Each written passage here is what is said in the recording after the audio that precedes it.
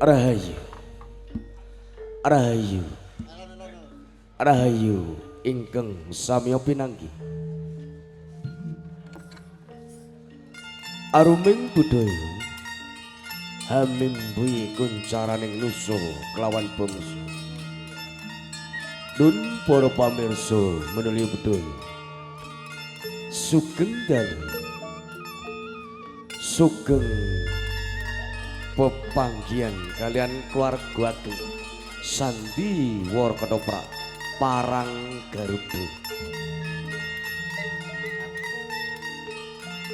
Ketoprak Parang Garuda ingkang pidalem saking lalatan Desa Kudu Dukuh Silowiri Kecamatan Winong Kidul Kabupaten Pati ingkang dipun pangarsan Rokomas Anom Sugianto.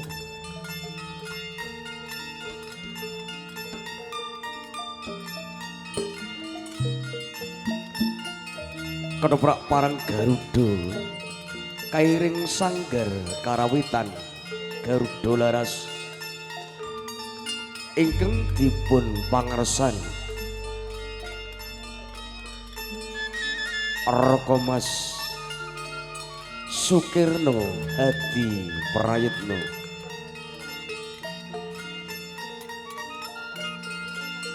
Sopangli ing Sorwati utawi Besindin badhe katindakaken Ibu Mami Melani.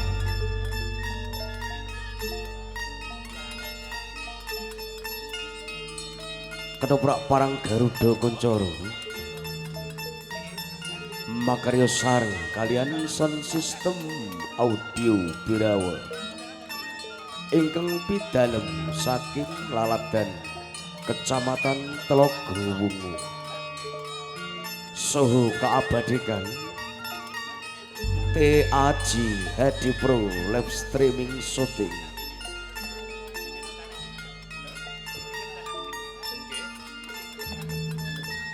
Para pandemen sutresna bedul Ketoprak Parang Garuda ing dalu menika jumbuh marang pamundutanipun Bapak Panitia acara 17-an Desa Mbeketel badhe hambeber cariyos dumadining Nuswantara dumawah perangan Sumpah Palapa.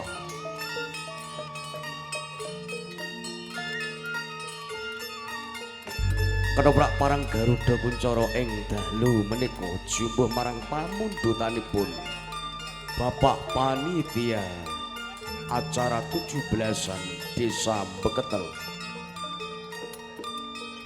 badhe hambeber cariyos dumadining Nuswantara dumawah perangan Sumpah Palapa.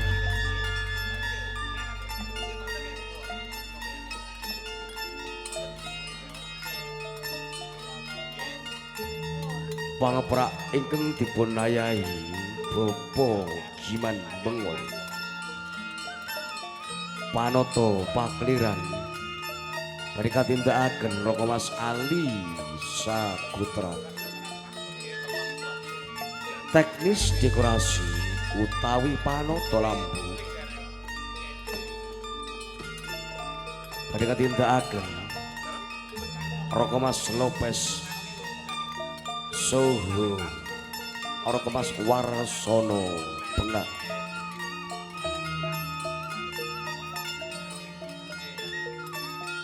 Panoto dapuan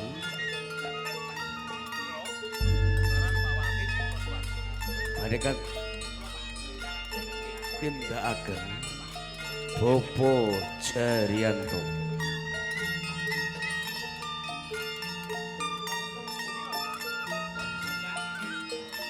Nun para pandemen sutresna bedul kepareng kita badhe ngaturaken rancaking dedapuan para paraga paragawati ingkang manggul jejeban ing dalu menika.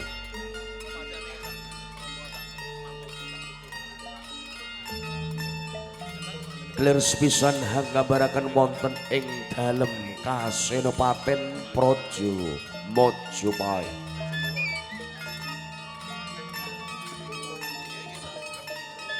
Senopati Rabanya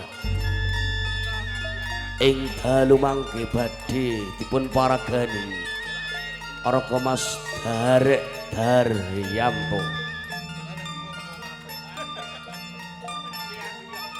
Senopati Rakembar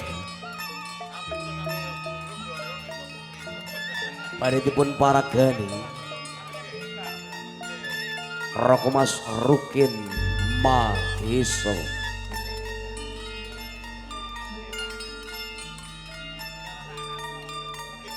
Senopati Rayuyu ing dalu mangke badhe katindakaken Raka Mas Garun Sulakso. Ewo dening jurit badhe karamakaken seniman muda keluarga Ketoprak Parang Garuda Kuncoro.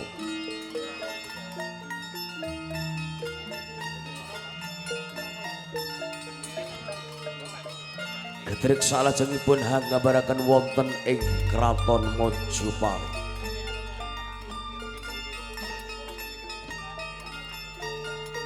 Ratu Tribhuwana Tunggadewi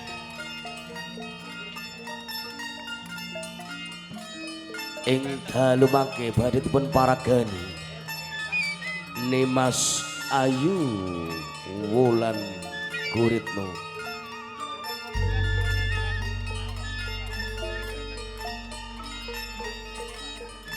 Patih Haryo Tada badhe katindakaken Raka Mas Parman Hadi Prayetno.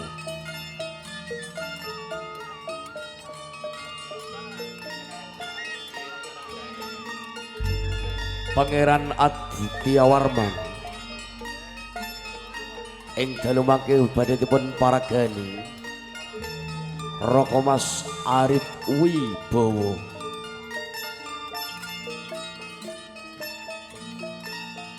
Pangeran Hayam Wuro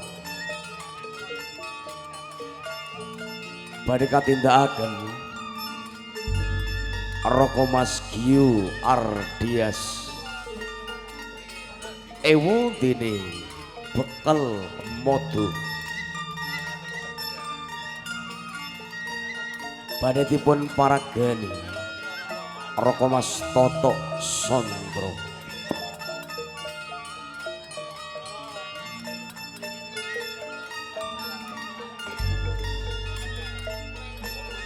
Lir candhaipun hanggambaraken wonten ing Pahang Pamalayu.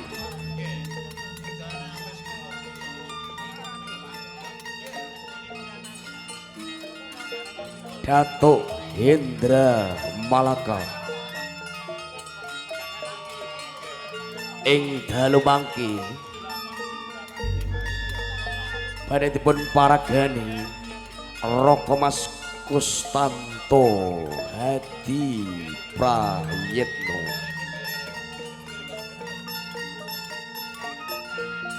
Patih Hendra Praja badhe katindakaken Raka Mas Joko Susilo.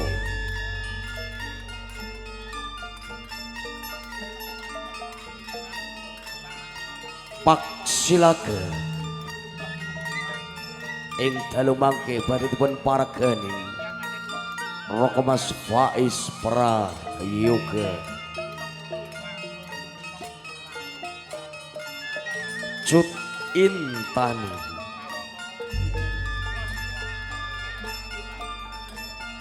badhe katindakaken Nimas Ayu Dewi Lestari. Ewo dene Cut Kumala badhe dipun paragani Nimas Ayu Sarmi Nur Safitri.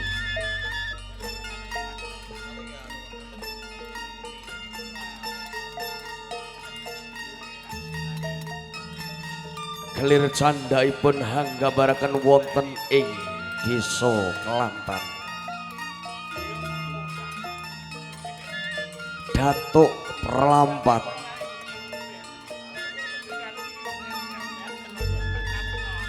ing dalu mangke badhe dipun paragani Rokemas Yoga Pratama ewa dene Cut Bidari badhe katindakaken Diah Ayu Reno Wulandari Mban badhe karamekaken Mbak Nyu Nyatis hura-hura saha kabiyantu Siniwati Ayu saking keluarga Ketoprak Parang Garuda Kuncoro ngancik Madyalatri Repat utawi dagelan pinangka panglipuring manah panjenengan sami badhe dipun lipur dwilawan Cak Bodong saha Cak Panjul. Para pandhamen sutresna budaya mekaten kala rancaing dedampukan para paraga paragawati ingkang manggul jejiban ing dalu menika. Panutuping atur monggo kita sami hangyup wonten ing sak ngandhapipun bandera Gula Klapa saha lambang peksi Garuda pinangka lambang negara kita. Jaya jaya hangesti budaya kinarya luhuring nusa kelawan bangsa sekali merdeka Indonesia tetap merdeka sekali jaya Parang Garuda Kuncoro tetap jaya jaya jaya ing saklami laminya nuwun nuwun kawula nuwun.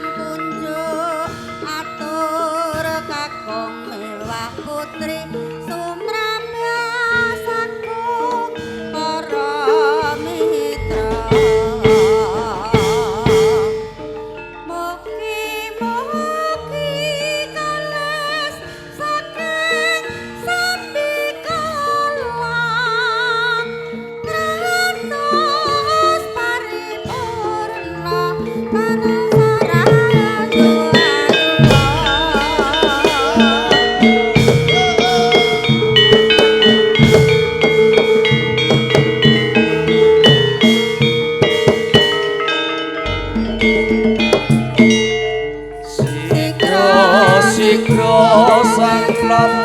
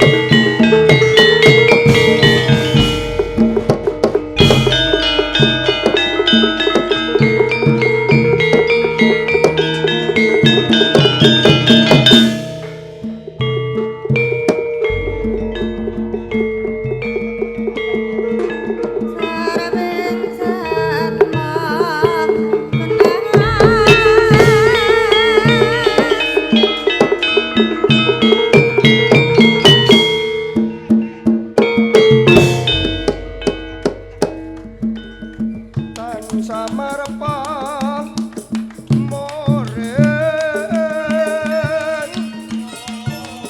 sukmo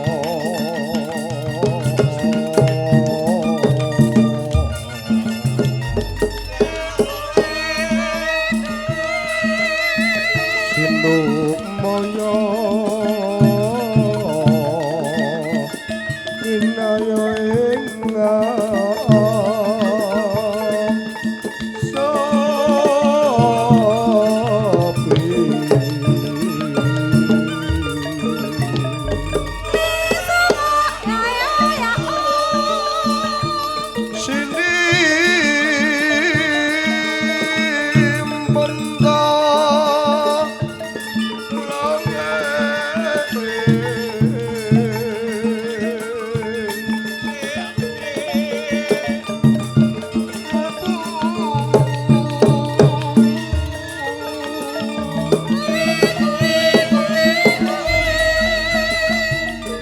pamuka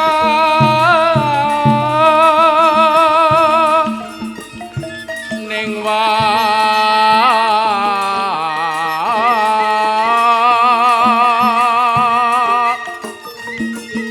rono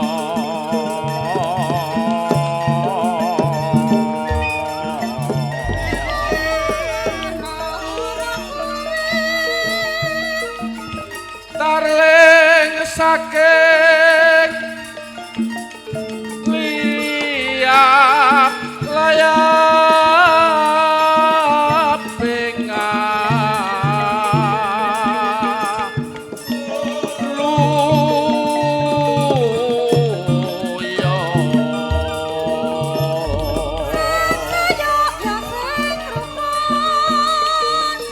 pindho pesang teng su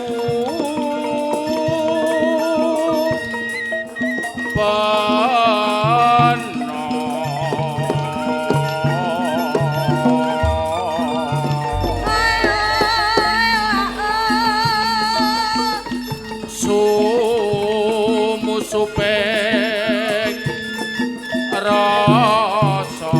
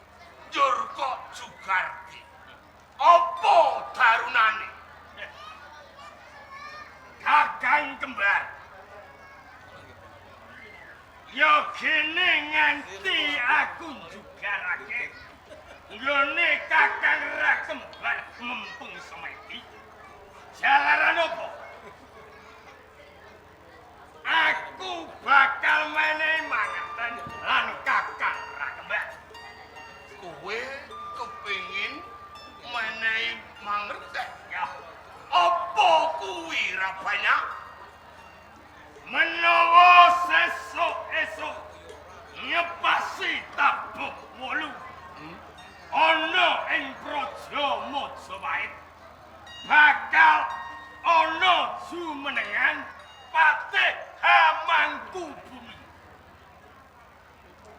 Pancen ora kleru. Kabar wis ya ono.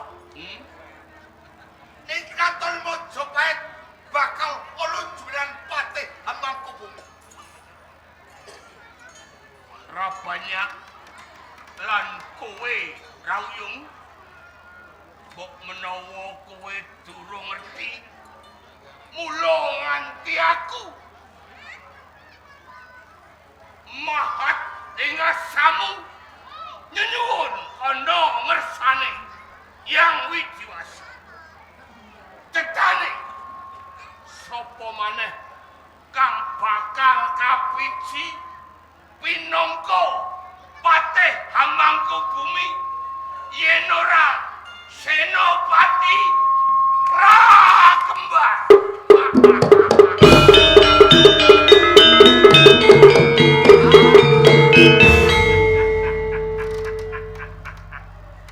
Sekabeh ucapmu kuwi kleru. Kleru. Kuwi salah. Kleru lan salahku manggon ngendi? Nggonmu mempai semedi tak ibaratake muspro nglemporo keng tanpa guna. Merga apa, Kakang? Mergane gini kan diangkat pinangka dadi Patih Hamangkubumi ana ing Praja Majapahit. Kuwi dudu Kakang Rakembar. Dudu aku. Dur sapa iki? Sampeyan kepengin ngerti? Kan diangkat dadi wong nomor 2 ana ing Majapahit ora ana liya. Bekal moto Kamoto.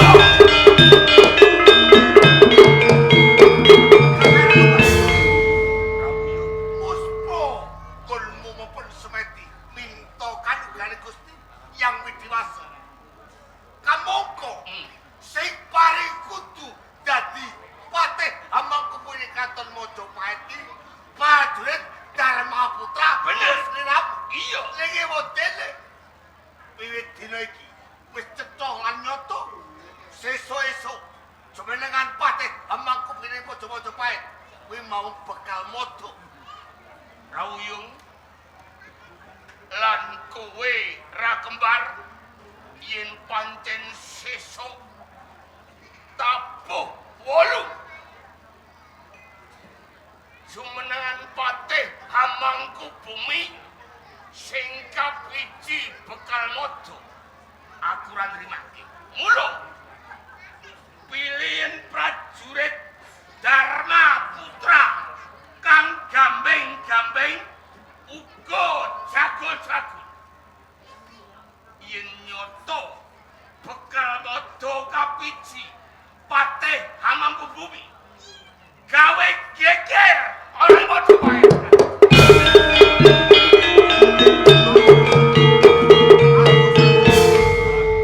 Saruju, opo kang dadi lekasmu, Kakang? Wis saruju. Saruju. Sawetara prajurit Darmaputra pilihan ya. Sesuk-esuk barengi pedhang ing Solo tabuh 8. Gunake Yen perkara prajurit Darmaputra sing geger ana ing Majapahit aku tanggung jawab.